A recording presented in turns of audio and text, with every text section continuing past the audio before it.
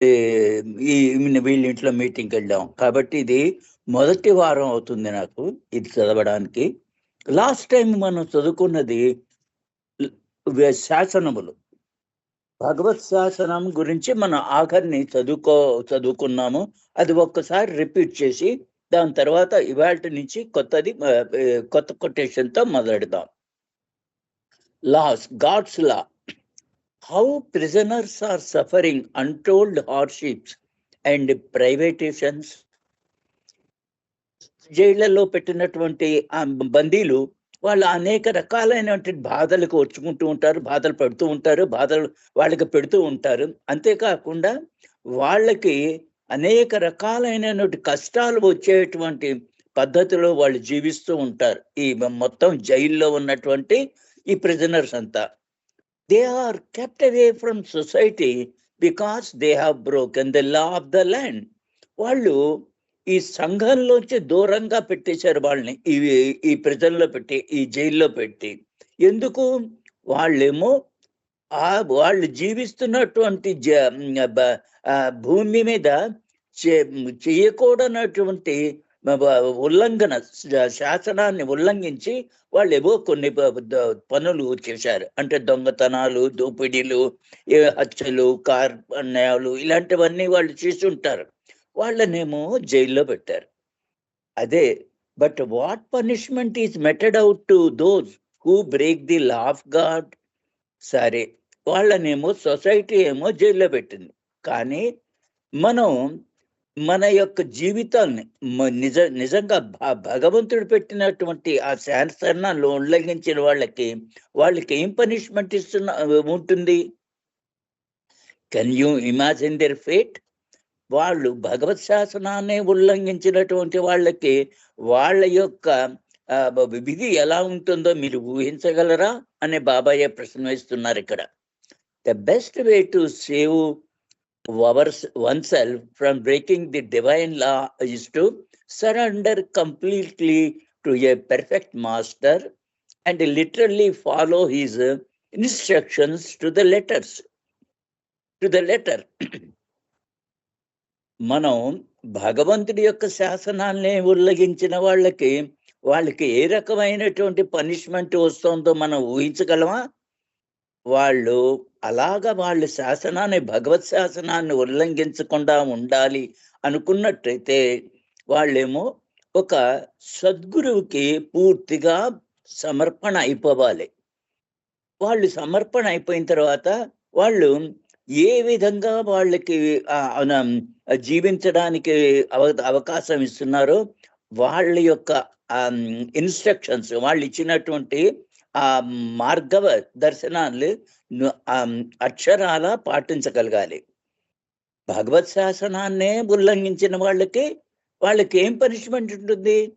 ఆ పనిష్మెంట్ కూడా వాళ్ళు ఉండాలి అంటే భగవంతుడి యొక్క శాసనాన్ని నేను ఉల్లంఘించాను అనే బాధతో వాళ్ళు జీవించాలంటే సద్గురు యొక్క కృప, వాళ్ళు చెప్పినటువంటి ఆ సద్గురు యొక్క కృపను పొందడానికి ఆయన ఇచ్చినటువంటి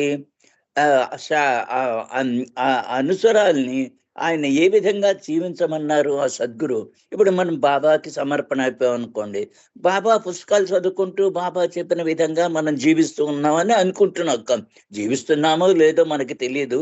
కానీ బాబా యొక్క బాబా ఇచ్చినటువంటి శాసనాన్ని ఉల్లంఘించి మన జీవించమని, ఆయన ప్రేమికులు ఎలా జీవించాలి అని ఆయన యొక్క అనేక రకాలైనటువంటి ప్రేమని ఉల్లంఘించకుండా, ప్రేమని సొసైటీలో ఉపయోగించి వాళ్ళు ఏ విధంగా జీవించాలి అని మనం తెలుసుకుంటున్నాం ఈరోజు ఈ సత్సంగుల ద్వారా.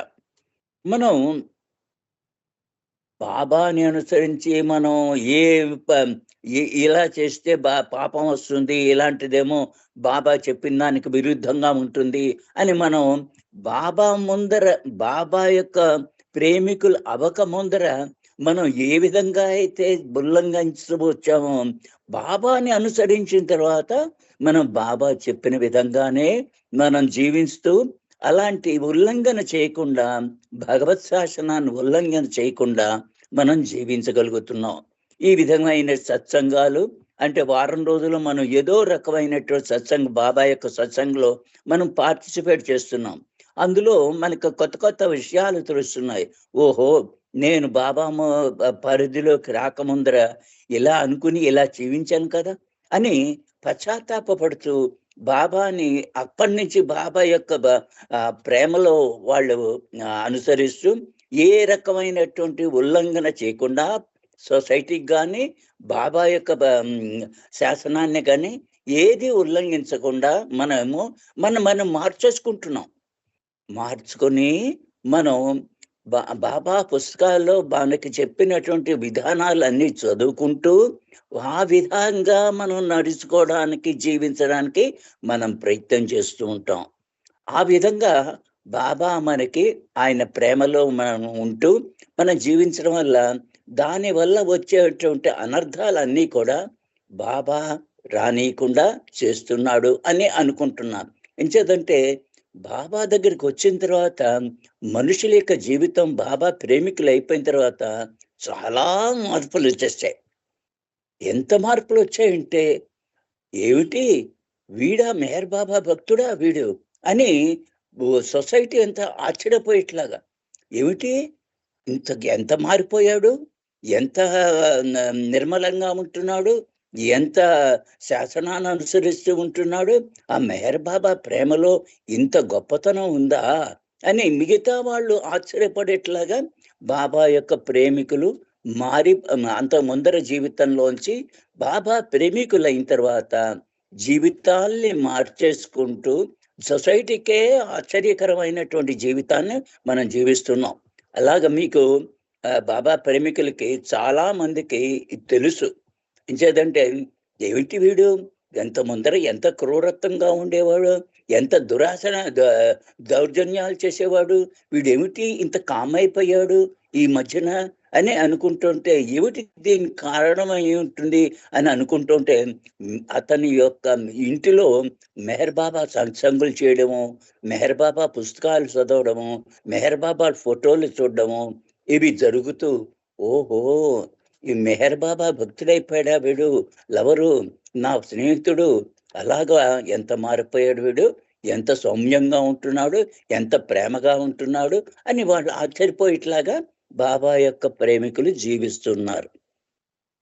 దీనికి మంచి ఉదాహరణ కొవ్వూరులో మెహర్స్థాన్ కట్టినటువంటి ఆయన, నాకు పేరు గుర్తు చెప్పని రావట్లేదు, ఆయన అంతకు ముందర వైఎస్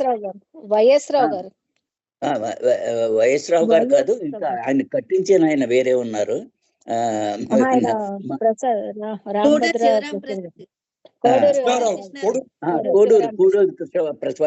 కౌడూరి ఆయన కృష్ణారావు గారు సార్. అవును, ఆయన కొవ్వూరులో మెహర్స్థాన్ కట్టించక పూర్వం బాబా యొక్క ప్రేమికుడు అయినప్పటికీ కూడా, బాబా నీ యొక్క మందిరాన్ని ఒకటి నిర్మించదలుచుకున్నాను నేను నాకు కొంచెం ఆజ్ఞ చేస్తే, ఆయన అంతకు ముందర అతను చాలా దౌర్జన్యం చేసేవాడు, బస్సు వ్యాపారాలు చేసేవాడు, బస్సులు వ్యాపారం చేసి దాని మీద ఆయన వ్యాపారం అంతా చేసేవాడు. ఆ బస్సుల్ని నడిపే వాళ్ళని, ఆ కండక్టర్ని వాళ్ళ మీద దౌర్జన్యం చేసేవాడు. ఏమిట్రా ఇవాళ ఇంత డబ్బే వచ్చింది, మిగతాదంతా ఏం చేసావు అని చావ కొట్టించేవాడు. కానీ ఆయన ఎప్పుడైతే మెహర్ బాబా ప్రేమికుడైపోయాడో ఎవరిని కూడా పల్లెత్తు మాట మాట్లాడడం ఎవరు ఎరగరట. ఇదేమిటి ఈయన ఇంత మారిపోయాడు అని అందరికీ ఆశ్చర్యం వేసింది. దాని తర్వాత చివరికి బాబాని యొక్క పర్మిషన్ తీసుకుని కోడూరి కృష్ణారావు గారు సరే ఆయన మెహర్స్థాన్ నిర్మించారు. ఆ మెహర్స్థాన్ నిర్మించిన తర్వాత ఇంకా చాలా బాబా ప్రేమికుడైపోయాడు, చాలా సౌమ్యవంతుడైపోయాడు. ఈ విధంగా ఆయనలో వచ్చిన మార్పును అందరూ చూసి చాలా ఆశ్చర్యపడేవారు. ఇలాగా బాబా యొక్క ప్రేమికులు అయిన తర్వాత ఏ శాసనాన్ని ఉల్లంఘించకుండా, సొసైటీ కానీ దేవుడి యొక్క శాసనాన్ని కానీ దేన్ని ఉల్లంఘించకుండా బాబా ప్రేమికులు జీవించడం చూస్తూ ఉంటాం మనం. ఇప్పుడు బాబా యొక్క సమాధి దగ్గరికి ఎంతమంది, మొదట్లో మేము మొదటి సంవత్సరం ఆయన సమాధికి, ఆయన 1970లో మేము సమాధికి వెళ్ళినప్పుడు మేము ఒక్క 900 చిల్లర ఎంతో జనం బాబా ప్రేమికులు వచ్చారు 1970లో. ఇప్పుడు ఎన్ని సంవత్సరాలు అయింది? ఇన్ని సంవత్సరాల తర్వాత 60 శతకంలో బయలుదేరుతున్నాం. ఇన్ని సంవత్సరాల తర్వాత బాబా యొక్క సమాధి దర్శనానికి వస్తున్నటువంటి జనాన్ని చూస్తూ ఉంటే ఆశ్చర్యం వేస్తోంది మాకు. ఇప్పుడు మేము వెళ్ళడానికి భయం వేస్తోంది, అంతమంది వెడుతున్నారు బాబాకి. ఇంచేతంటే బాబా జీవించినప్పుడు, జీవిత కాలంలోనే బాబా యొక్క దర్శనం చేసుకున్న వాళ్ళందరికీ చెప్తూ ఉండేవారు ఇలాగా, ఏమిటో మీరంతా నా దర్శనం చేసుకుంటున్నారని చాలా చాలా చాలా గొప్పగా అనుకుంటున్నారేమో. నా శరీరం చాలించిన తర్వాత అప్పుడు ఎంతమంది ఉండేవారు? చాలా తక్కువ ఉండేవారు. మేము వెళ్ళినప్పుడు ఒక గదిలో కూర్చుని బాబా మాట్లాడుతా, బాబా చెప్తా ఉంటే ఆ గది నిండేవడం చాలా కష్టంగా ఉండేది. అంతమంది తక్కువగా ఉండేవారు. మీరు ఏదో నా యొక్క దర్శనం చేసేసుకుని, అవతారుడి యొక్క దర్శనం చేసేసుకుని ఆనందపడుతున్నారేమో. ఇంకా ముందర చూడండి, నా సమాధి దగ్గరికి మీకు దర్శనం చేసుకోవడానికి కూడా తావు లేకుండా అంతమంది జనము నా దర్శనానికి వస్తూ ఉంటారు అని చెప్పారు. ఇప్పుడు మనం చూస్తున్నాం కదా, 31 జనవరిని ఆ జనాన్ని చూస్తుంటే ఆశ్చర్యం వేస్తుంది.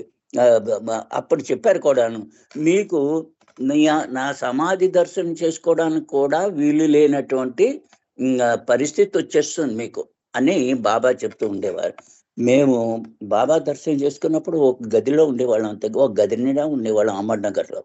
అక్కడ ఇప్పుడు మనకి తెలుస్తోంది ఎంత మారిపోయారు అని. మనం బాబా యొక్క ప్రేమికుల వల్ల ఎంత మార్పు వచ్చేసింది వాళ్ళల్లో, ఎంత గొప్పగా బాబా చెప్పినట్టుగా జనం వచ్చేస్తున్నారు అని.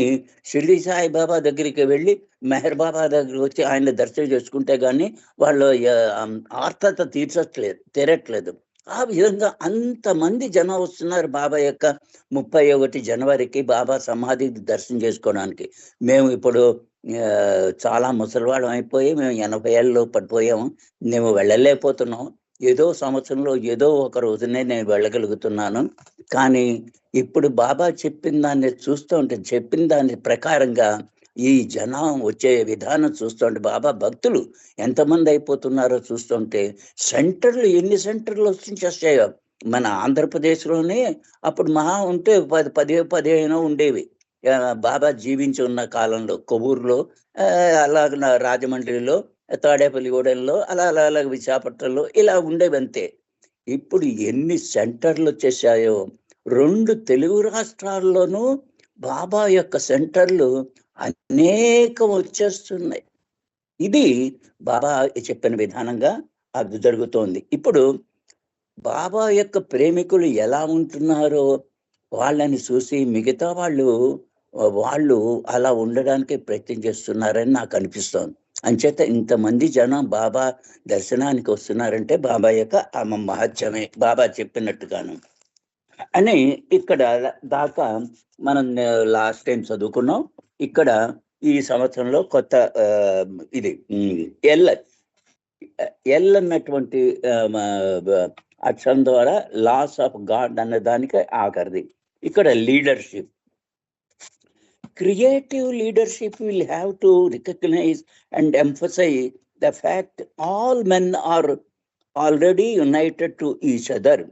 మనం బాబా యొక్క సెంటర్లు పెట్టుకుని చాలా మంది ఆ బాబా యొక్క ప్రేమికుల్ని చాలా మందిని తీసుకొస్తున్నారు. వాళ్ళు ఎందుకు తీసుకురాగలుగుతున్నారు అంతమందిని అంటే, వాళ్ళు అందరిలోనూ బాబా ఉన్నాడు అన్నటువంటి ఆ నమ్మకంతో, మనుషులంతా ఒకటే, బాబా ఒక్కడే ఉన్నాడు అన్నటువంటి ఆ సత్యాన్ని వాళ్ళు గ్రహించుకుని, బాబా యొక్క అందరినీ కూడా తనకు శత్రువు అనేవాడు లేకుండా బాబా ఒక్కడే ఉన్నాడు అనేటువంటి ప్రేమతో అందరితోనూ కలిసిపోతున్నారు. వాళ్ళేమో ఇంకా మిగిలిన వాళ్ళకేమో చాలా చక్కని లీడర్స్ కింద భగవత్ ప్రేమికుల కింద మార్చేస్తున్నారు. ఈ విధంగా being equally the expression of one life, వాళ్ళంతా జనం అంతా ఏమిటి, బాబా యొక్క రూపాలే. బాబా అన్ని జీవితాల్లో అందరి జీవుల్లోనూ ఉన్నారు, మనుషుల్లో తప్పకుండా ఇంకా ఎక్కువగా ఉన్నారు. ఇక్కడ నుంచి మనుషులకి మెదడు పనిచేస్తున్న తెలివితేటలు వస్తాయి. ఇక్కడ మంచి చేసినా చెడు చేసినా ఆ మెదడు చెప్పినటువంటి తెలివితేటలు చెప్పినటువంటి విధంగా నడుచుకుని మనుషులు మారిపోవడానికే ప్రయత్నం చేస్తున్నారు. అంత ముందర ఎలా ఉన్నప్పటికీ కూడా ఎందుకని ఉన్నది ఒక్క బాబాయే, అందరిలోనూ బాబాయే ఉన్నాడు అన్నటువంటి ఆ నమ్మకం, అండర్స్టాండింగ్ తో no line of action can be really helpful or fruitful unless it is entirely harmony with the deep truth. అది ఇక్కడ డీప్ ట్రూత్ అన్నది క్యాపిటల్ లెటర్స్ పెట్టారు. ట్రూత్ అంటే ఏమిటి, ఒక్క బాబాయే, ఒక్క భగవంతుడే ఉన్నాడు. వాళ్ళు చేసేటువంటి బాబా యొక్క ప్రేమికులు వాళ్ళు చేసేటువంటి అన్ని పనులు కూడా అవేమో చాలా సఫలీకృతంగా అవుతున్నాయి. తర్వాత ఏమో సామరస్యంగా అవుతున్నాయి. అందరిలోనూ బాబా ఉన్నాడు అంటే ఆ ప్రేమతో అందరూ దగ్గరికి వచ్చేస్తున్నారు, ఒక చోటకు వచ్చేస్తున్నారు. ఎందుకని, ఆ సత్యాన్ని తెలుసుకున్న వాళ్ళు, బాబా యొక్క ప్రేమికులు ఒక్క బాబాయే ఉన్నాడు అన్నటువంటి సత్యాన్ని తెలుసుకుని అందరినీ ప్రేమగా, అంత ముందర శత్రుత్వంతో ఉన్న వాళ్ళని కూడా పలకరించి వాళ్ళతో ప్రేమగా వ్యవహరిస్తూ ఉంటున్నారు ఈ మధ్యన అందరికీ కూడా. ఈ విధమైనటువంటి ప్రేమపూరితమైనటువంటి బాబా యొక్క ప్రేమికులు, బాబా సెంటర్లో ఉన్న లీడర్స్, వాళ్ళంతా చక్కని సృజనాత్మకమైనటువంటి జీవితాన్ని జీవించగలుగుతూ ఉంటున్నారు. ఇప్పుడు ఈ లీడర్స్, బాబా చెప్తున్నారు, when the leader of nation puts complete trust in God, God makes him the instrument to guide the nation rightly. ఇప్పుడు మనకి పొలిటికల్ లీడర్స్ బోళ్ళంత ఉన్నారు, తర్వాత జీవిత అనేక మంది లీడర్స్ ఉన్నారు కొంత గ్రూపులకి. వాళ్ళు భగవంతుల్లోనే అంత నమ్మకం ఉంచి వాళ్ళు కనుక లీడర్స్ కింద పనిచేస్తున్నట్టయితే మొత్తం వాళ్ళు మిగతా వాళ్ళని మొత్తం మానవాళిని అనేక రకాలైనటువంటి మంచి జీవితాన్ని జీవించగలిగినటువంటి పద్ధతి వచ్చేస్తుంది. ఎప్పుడు మన యొక్క లీడర్స్ కూడా నేను లీడర్ని ఎన్నుకోబడ్డాను కానీ అంతా భగవంతుడు నడిపిస్తున్నాడు అన్నటువంటి అలాంటి లీడర్స్కి చాలా మంది వాళ్ళేమో అందరినీ కూడా మంచి మార్గాల్లో పెట్టగలిగినటువంటి ప్రేమికులు అవుతున్నారు. లెర్నింగ్ గురించి బాబా చెప్తున్నారు. To learn God is to unlearn your self. చూడండి ఎంత గొప్పగా చెప్పారు. నువ్వు భగవంతుడి గురించి నువ్వు అనుభూతి చెందాలనుకుంటున్నావా, నీవు మొట్టమొదట నీలో ఉన్నటువంటి దుర్గుణాలని దూరంగా చేసుకో. ఏమిటి, కామ క్రోధ లోభ. బాబా ఎక్కడ చెప్పినా కూడా మొత్తం అన్ని అరిషడ్వర్గాలు చెప్పరు, చాలా మాటలు మీరు చదివారంటే కామము, క్రోధం, లోభం, ఈ మూడిటికి దూరం. ఎంచేతంటే ఇది బాహ్యంగా కనిపిస్తూ ఉంటాయి మనుషుల్లో. కామం కనిపిస్తుంది, కోపం మరీ విపరీతంగా కనిపిస్తుంది, తర్వాత డబ్బు పోగు చేసుకోవడం అనేది చాలా మంది అది నేర్చుకుంటారు, అది పోగు చేసుకుంటూ ఉంటారు. బాబా కోపం గురించి మరీ కామాన్ని నువ్వు దీన్ని లోభాన్ని ఎంతైనా నువ్వు దాన్ని దాటగలవు, కానీ క్రోధాన్ని దాటడం నీకు చాలా అసంభవం. మనకి ఇట్టే వచ్చేస్తుంది కోపం చాలా మందికి. బాబా ప్రేమికులైనప్పటికీ వాళ్ళకు కూడా కోపం తగ్గించుకోవడం చాలా కష్టం అవుతోంది. అలాగా మనం చూసిన వాళ్ళని, అబ్బా ఈయన ఇంత కోపిష్టి కదా, ఇప్పుడు ఏమిటి ఇంత శాంతంగా అయిపోయాడు అన్నటువంటి అనుభవాలు వాళ్ళు పొందుతున్నారు. నిజంగా బాబాయే చెప్పారు, నువ్వు కామాన్ని, తర్వాత దీన్ని డబ్బు సంపాదించడాన్ని దీనంతనా నువ్వు కంట్రోల్ చేసుకోగలుగుతావు, కానీ క్రోధాన్ని మట్టుకు నువ్వు కంట్రోల్ చేసుకోలేవు అని ఒక కొటేషన్లో బాబా చెప్పారు. ఆ క్రోధం వచ్చినప్పుడు ఎవరు ఆపలేరు, ఎందుకంటే సహజంగా వచ్చేస్తున్నది. ఆ సహజంగా వచ్చే బాబా ఎప్పుడు ఈ మూడింటిని ఎక్కువగా చెప్తూ ఉండారు, కామ, క్రోధం, లోభం. వీటిని కనుక నువ్వు కంట్రోల్ చేసుకుంటే నువ్వు భగవంతుడి గురించి తెలుసుకోవచ్చుట. భగవంతుడి గురించి తెలుసుకోవాలి అన్నట్టయితే, అంటే to learn God is to unlearn your self. నీలో ఉన్నటువంటి ఆ పిశాచాలని ఏడిటిని, కామ, క్రోధ, లోభ, మోహ, మద, మత్సర్యాల్ని, అందులో ప్రత్యేకంగా ఈ మూడిటిని నువ్వు ఎప్పుడైతే జయించగలుగుతావో అప్పుడు భగవంతుడి గురించి నువ్వు కూడా నేర్చుకోగలిగిన వాడు అవుతావు. బాబా లెప్రసీ, బాబా లెప్రసీ గురించి చెప్తున్నారు. Leprosy must give up, lepers must give up despondency and despair and look upon their inflictions as God-given opportunity to get nearer to Him. బాబా ఈ లెపర్స్, బాబా లెపర్ని, కుష్టి వాళ్ళని చాలా ఒక ఇది మొదలెట్టి, సెంటర్ మొదలెట్టి ఆయన కుష్టి వాళ్ళకి సేవ చేశారు కదా, స్నానం చేయించారు వాళ్ళకి. మనకి అనేక పిక్చర్లో కనిపిస్తూ ఉంటుంది. వాళ్ళకి అలాగా వాళ్ళని వాళ్ళు ఎప్పుడు ఏమిటి నిస్పృహ పడద్దు అంటున్నారు బాబా. మీరు నిస్పృహ పడద్దు, తర్వాత డిస్పైర్, నిరుత్సాహపడద్దు. ఎంచేతంటే మీకు భగవంతుడిచ్చినటువంటి ఆ రోగం అది మిమ్మల్ని భగవంతుడి దగ్గరికి ఇంకా దగ్గర అవ్వడానికి అవకాశం ఇస్తున్నాడు అన్నటువంటి విధంగా నువ్వు కనుక ఆ కుష్టి రోగులు కనుక జీవించినట్టయితే వాళ్ళకి నిస్పృహ, నిరాశ అనేది ఉండదు అని బాబా చెప్తూ, compare to the few suffering from physical leprosy, many in the world today are suffering from leprosy of the mind. ఇది బాబా మనసు మీద చాలా చాలా కొటేషన్స్ ఇచ్చారు. ఈ మనసు ఎంత చెడ్డది అంటే, నీకు శరీరానికి కుష్టి రోగం నువ్వు ఏదైనా చేసుకోవచ్చు, కానీ నీ మనసుకు కనుక కుష్టి రోగం వచ్చిందంటే, మనసు వికలంగా తయారైపోయిందంటే దాన్ని మటుకు ఈ కుష్టి రోగం కన్నా ఇంకా చాలా అనర్థాలు తీసుకొస్తుంది అని దీని అర్థం. మళ్ళీ ఒక్కసారి చదువుతాను. Lepers must give up despondency and despair and look upon their inflictions as God-given opportunity to get nearer to Him. భగవంతుడు ఇచ్చినటువంటి మనకి ఇది అవకాశం అని కుష్టి రోగుల కన్నా తెలుసుకున్నట్టు వాళ్ళు అనుకున్నట్టయితే వాళ్ళకి నిస్పృహ, నిరాశ కూడా దూరం అయిపోతాయి. దేనివల్ల వాళ్ళు అలా అనుకుంటున్నారు కాబట్టి. కానీ మనసుకే లెప్రసీ వచ్చిందంటే, మైండ్కే లెప్రసీ వచ్చిందంటే శరీరం అంతా బాగానే ఉంది, కానీ మైండ్ వక్రంగా జీవిస్తున్నాడు. మైండ్ వక్రగతిని పట్టింది.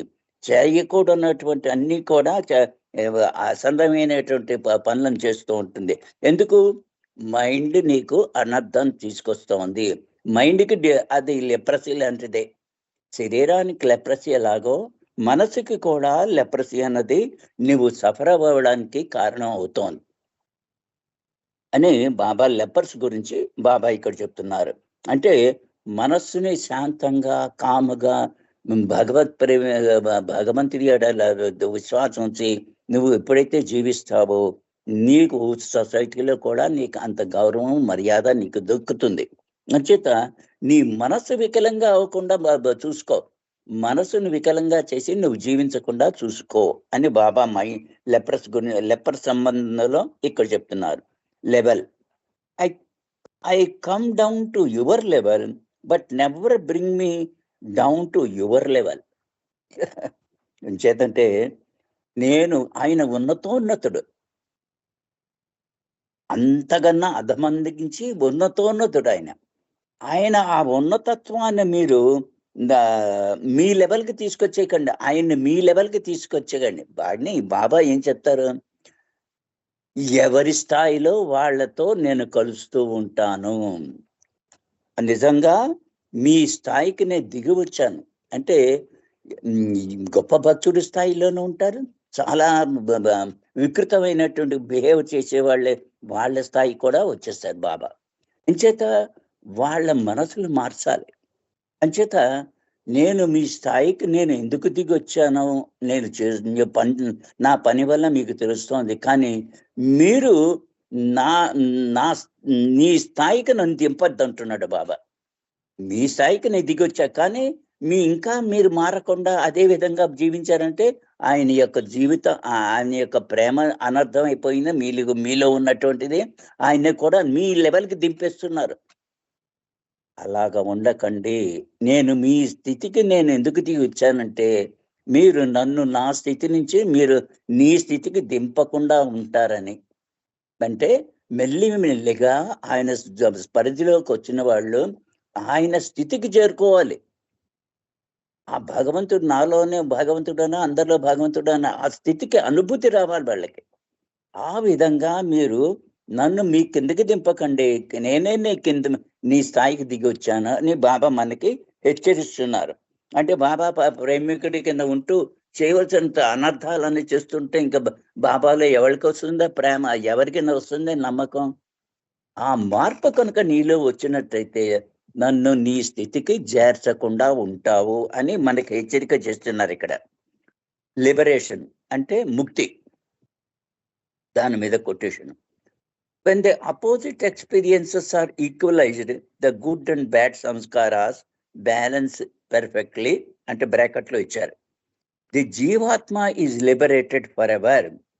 But he attains mukti, free from ever being born, dying again. ఎప్పుడైతే నీకు మంచి సంస్కారాలు, చెడు సంస్కారాలు తూకంలో అన్నీ కూడా సమానం అయిపోతాయో అప్పుడేమో నీకు ముక్తి వచ్చేస్తుంది. ఈ గాడ్ స్పీక్స్ లో చెప్పినటువంటి విషయం అది. నీకు ముక్తి వచ్చేస్తుంది అంటే ఏమిటి? ముక్తి అంటూ రావడం ఏంటంటే మళ్ళీ నువ్వు జన్మ రాదు, నువ్వేమో భగవంతుల్లో ఐక్యమైపోయినట్టే, అంటే భగవంతుల్లో చేరిపోయినట్టే. మరి ఈ రెండు కూడా ఎప్పుడు కూడా సమానం కావట. సమానం అవుతున్నాయి, అవబోతున్నాయి అని ఎవళ్ళైనా ఉన్నప్పటికీ కూడా వాడికి మళ్ళీ ఒక జన్మ వచ్చేస్తుంది అంటున్నారు. వాడు మళ్ళీ మరణించే ఇంకో జన్మ వచ్చేస్తుంది. గాడ్ స్పీక్ లో ఉన్నటువంటి చెప్పింది విషయం. ఎవళ్ళు కూడా అటువంటి పరిస్థితికి మీరు చేరలేరు. కానీ మీరు ముక్తి కావాలంటే మటుకు మీ చెడు కర్మనంతా మంచి కర్మతో బ్యాలెన్స్ చేసుకోవడానికి ప్రయత్నించండి. ఎప్పుడైతే రెండు కూడా బ్యాలెన్స్ అయిపోయావో నీకు ముక్తి వచ్చేస్తుంది. కానీ అది చేయడం చాలా కష్టం. But liberation is rare because before the sanskaras almost balanced or have reached a point of equilibrium, the moment of illusion always propels the Jivatma to take another human form. అదే ఇప్పుడు మనం చెప్పుకుంటున్నది. సమానంగా అవ్వబోతున్నాయి అన్నటువంటి కనుక స్థితి వస్తున్నట్టయితే వాడు ఆ సమానం అవ్వకుండా ఇంకో జన్మ తీసేసుకుంటాట. ఆ ఆత్మ ఇంకో జన్మ వచ్చేస్తుంది. ఈ విధంగా ఎప్పటికీ సమానం కావడానికి చాలా కష్టము. ఒకవేళ సమానం అవుతున్నాయి అంటే మనకి తెలీదు, భగవంతుడు తెలుసు. సమానం అవుతున్నాయి వచ్చే స్థితికి ఎవళ్ళు రాలేరట. అది చాలా చాలా అరుదైనటువంటి విషయం. ఎప్పుడైతే ఆ సమానం అయిపోతాయో ముక్తి వచ్చేస్తుంది. కానీ ఆ సమానం అవ్వబోతున్న సమయంలో ఇంకో జన్మ తీసేసుకుంటాట. And the moment goes on and on. ఇలాగా అనేక జన్మలు అలాగా వెడుతూనే ఉంటాయట. ఈ యొక్క జీవితం లిబరేషన్, ముక్తి పొందడానికి చాలా కష్టము అని చెప్తున్నారు. The greater the strife and the more intensified the struggle to attain liberation, the more the shackles of illusion are felt, as this very action brings greater awareness of the illusion Maya, which then becomes impressive and realistic. సరే, నువ్వు ఎంత కష్టపడతావో ఈ రెండుని సమానం చేసుకోవాలని నువ్వు ప్రయత్నం చేస్తావో నీకు మాయ యొక్క సంకెళ్ళు అంతగా నిన్ను బిగించుకొని పోతూ ఉంటాయి. మాయ యొక్క సంకల్ని నీకు అంతగా బిగించుకుపోతూ ఉంటాయి. ఇది ఎంచేతంటే ఇది నీకు సరిగ్గా పొందేటువంటి అవకాశం నీకు రాదు. ఎంచేత నీ మాయ భగవంతుడి భగవంతుడి కన్నా శక్తివంతమైందని మరి బాబా చాలా మాట చెప్పారు. ఈ మాయ నిన్ను మోహంలో పడేస్తుంది మళ్ళీ. అంచేత నువ్వు ఎంత కష్టపడుతున్నా ముక్తి సంపాదించాలని ప్రయత్నం చేస్తున్నా ఆయన కృప ఉండాలంటే నువ్వు ఆయన్ని కొంగు పట్టుకొని ఆయన చెప్పిన విధంగా జీవించినట్టయితేనే అప్పుడు నీ మాయని నువ్వు తెలుసుకొని ఏ మాయలో పడిపోతున్నానో తెలుసుకుని ఆ మాయకు దూరంగా ఉండగలుగుతావు బాబా కొంగు పట్టుకున్నప్పుడైతే. Which then becomes impressive and realistic. అప్పుడేమిటి నీ యొక్క జీవితం కూడా ఆకట్టుకునే విధంగాను తర్వాత వాస్తవికంగాను ఇంత అద్భుతంగాను అయిపోతుందిట. ఎప్పుడు నువ్వు ఆయన యొక్క కొంగు పట్టుకుని నువ్వు నడుస్తూ ఉంటే ఆ కొంగు పట్టుకుని జీవించినట్టయితే. ఇది ఒక కొటేషన్ చదివి ఆపేస్తాను. Liberation doesn't require time. నీకు ముక్తి కావాలంటే పెద్ద టైం దానికి అవసరం లేదు. ఎంచేతంటే you are bound for ages but when get liberated it is instantaneous. It comes as a flash. ఇందాక సుబ్రహ్మణ్య గారు చెప్పింది. నీకు ముక్తి వచ్చేటువంటి సమయం వస్తుంది అంటే నువ్వు అనేక యుగాల నుంచి నువ్వు చేసుకుంటున్నటువంటి అవన్నీ కూడా మాఫీ చేయబడి ఆయన యొక్క కొంగు పట్టుకోవడం వల్ల మరి దీనివల్ల నువ్వు మారడం వల్ల అది ఆ ముక్తి అనేది ఒక్క వెలుగులా ఒక్కసారి వచ్చేస్తుంట. బాబా చేస్తున్నా ఇది అంటే ఇక్కడతో ఆపేస్తాను. జై బాబా. శరణ్ గారు విషయాలు తెలియజేశారు మీకు. జై మేరు బాబా. ఇప్పుడు సంకీర్తనలో కడతాం. సంకీర్తనలో ముందుగా జయశ్రీ గారు సంకీర్తన. జై మేరు బాబా. జయశ్రీ గారు. जय बाबा सर, जय बाबा। अवतार में